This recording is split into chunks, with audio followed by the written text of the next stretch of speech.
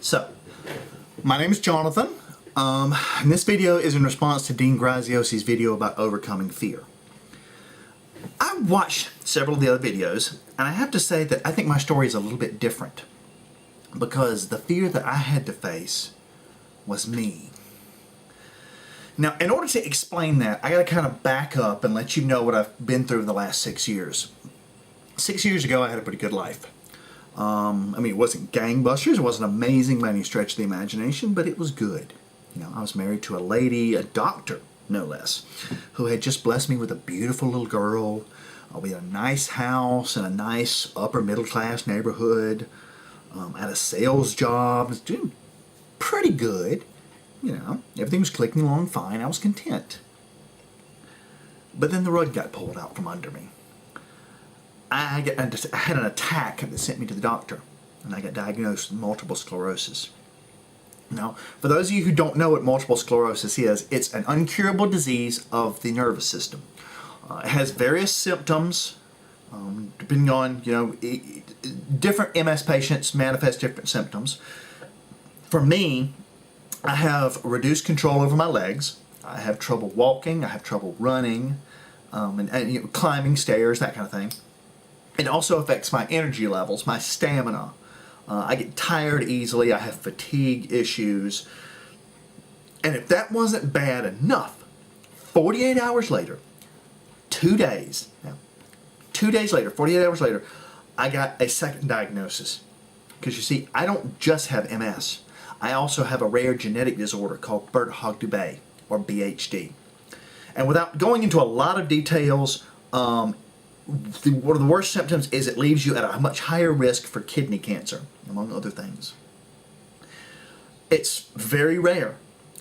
It's one of those diagnoses that patients jokingly refer to as a diagnose and adios diagnosis. Yeah, you have BHD. Nothing we can do for you. Have a good life. I hope you don't have kidney cancer in 5 years. No cure, no medicine, not even a treatment. And again, it's significant for you to understand that's 48 hours. MS, BHD. I shut down. I just fell apart. I couldn't process it. My whole world just collapsed. You want to talk about fear and being afraid? When I looked into my future, what little future I could see, all I saw was a 40-year-old in a wheelchair with kidney cancer. And that image was me. That I was afraid of myself, of my future self. I was afraid of my own future. So what do you do? First off, deal with fear number one. Let's take it in order. BHD. For me, information is power. And I knew that one of the only ways I was going to be able to get a handle on it was education. So, again, BHD, very rare. Very little information out there. Very little information on the internet. And what is out there is not very authoritative. So, my first step was to find the experts. Find the people who knew the most about this disorder. I participated in a study at the Bethesda Medical Center. Went up there, made a pincushion out of, but I was a sponge. I absorbed every piece of information that they had on the disease. Everything that I could, I absorbed the information. And after doing all that, I found out it wasn't as horrifying as I had originally thought. Now, with that fear, not necessarily relieved, but at least dealt with, I moved on to MS. Now, that was a much bigger bear to fight, and it took me a lot longer to get my head around it. But before I go there, let me say something. There's those that are going to say, oh, Jonathan, if anybody had the right to melt down, it was you. 2 different diseases? Life-changing diseases, uncurable diseases. If anybody had the right to melt down, it was you. That's some serious stuff. And you know what? It is. And that is some serious stuff. But the problem is, when you melt down like that, When you panic, you get myopic. You get tunnel vision. All you start thinking is, oh, woe is me. Oh, my life is so awful. Why is this happening to me? What did I do to deserve this? And you know, having come through it, when I see that kind of behavior from others, my reaction, it borders almost on violence. You know, I want to just grab them and shake them. You know, and tell them how incredibly egotistical and self-centered they're being. You know, okay, yeah, all right, so I'm being self-centered, but egotistical? How is that egotistical? Now, let's just say that I had gotten that response from I was talking to my younger self, had somehow been able to transport myself through time and was talking to my younger self. You know, how is that egotistical? My response would be, well, who would you like to give your MS to? What makes you think you're so damn special? What makes you think you don't deserve to have some kind of tragedy in your life? Everybody goes through tragedy. Everybody goes through pain.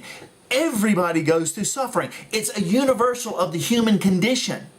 Bad things happen to everybody, and you are not that special. You are not that different. You're just like everybody else in the world. Everybody goes through suffering. You can't always control your situation. But what you can control is how you react to it. And what people don't understand when they're having these pity parties, what they don't see is they're essentially saying, I don't deserve what's happening to me. Somebody else might deserve it, but I don't deserve it because I'm special. Now, that's not usually what most people are actually going to say. And it's not even really the thought process that's going through their conscious mind. But that's, if you follow the logic to its ridiculous end, that's what they're saying. I am special. Why is this happening to me? Because I'm better than anybody else. It shouldn't be happening to me. But let me get back. I'm getting off message here. Going back to MS. Again, to me, information is power. So I started doing research again. You know, I started getting involved with the national MS groups. I started getting involved with the local MS groups.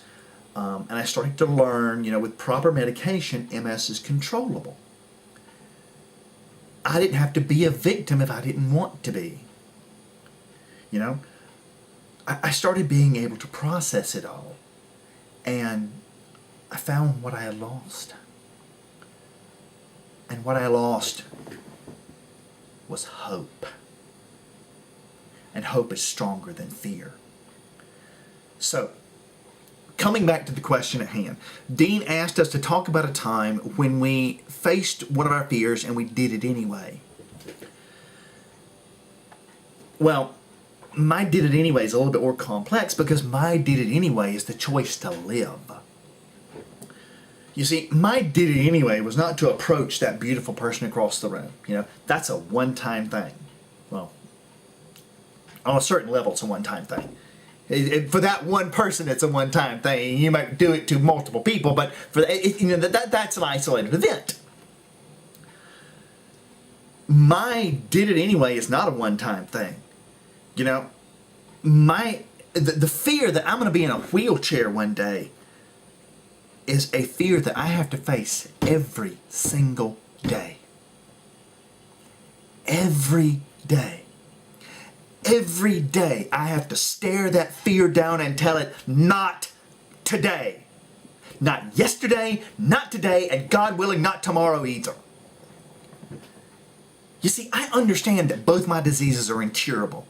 You know, and in fact, there's no real hope on the horizon for a cure. You know, I got to deal with that. But at the same time, I got one life. And you got one life. And my wife has one life. And my daughter has one life. And now my son has one life. And my cat, well, my cat might have 9 lives, but As far as science understands, the cat has one life. You know, all of us have one life. Again, human condition. And to go back, fear makes you myopic. When fear controls your life, you disconnect.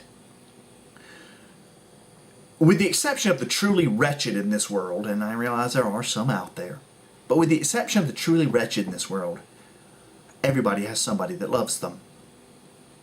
And when you suffer, those who love you suffer. Because nobody likes to see the people that they love in pain.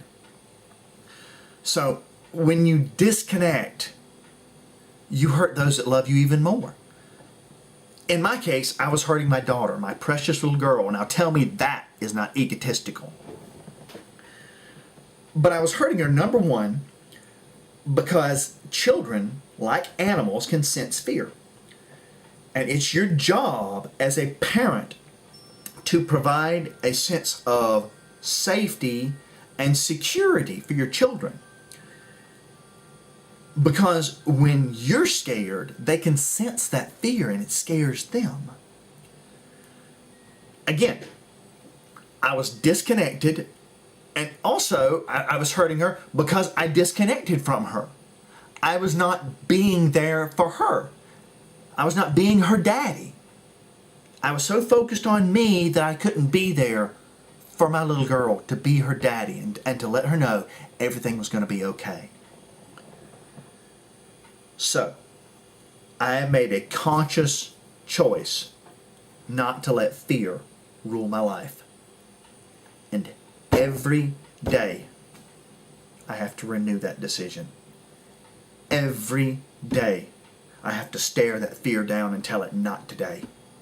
Every day, I have to renew that charge. Look, you only have one life. You know. Yes, I have 2 incurable diseases. You know, I could be all negative and say that fate has dealt me a pretty rotten hand. I think I can make a pretty solid case for that. But what you focus on is what you see. I happen to think that I have a pretty good life. You know, I live a life that many people in the world would love to have. I have 2 beautiful children. I have a nice house in a nice neighborhood. I have a wife who loves me and who makes enough money that we can take nice vacations. I mean, we took the kids to Orlando not too long ago over spring break. Took them to the theme parks. I happen to think I have a pretty doggone good life, you know. But that's a choice. Again, what you focus on is what you see. I could let the fear rule me. I could live that fear. I could let it detach me and keep me down like it did in the beginning. Or I can grasp that freedom. That freedom that comes with the choice of staring that fear in the face and saying, not today. So, Dean, I completely understand the villain. I completely understand that monster. But I found something stronger. And what that thing is hope. Hope is stronger than fear. And with that hope, I've also found a new mission. And I hope to get the opportunity to sit down and tell you about that mission over dinner. Thanks for listening.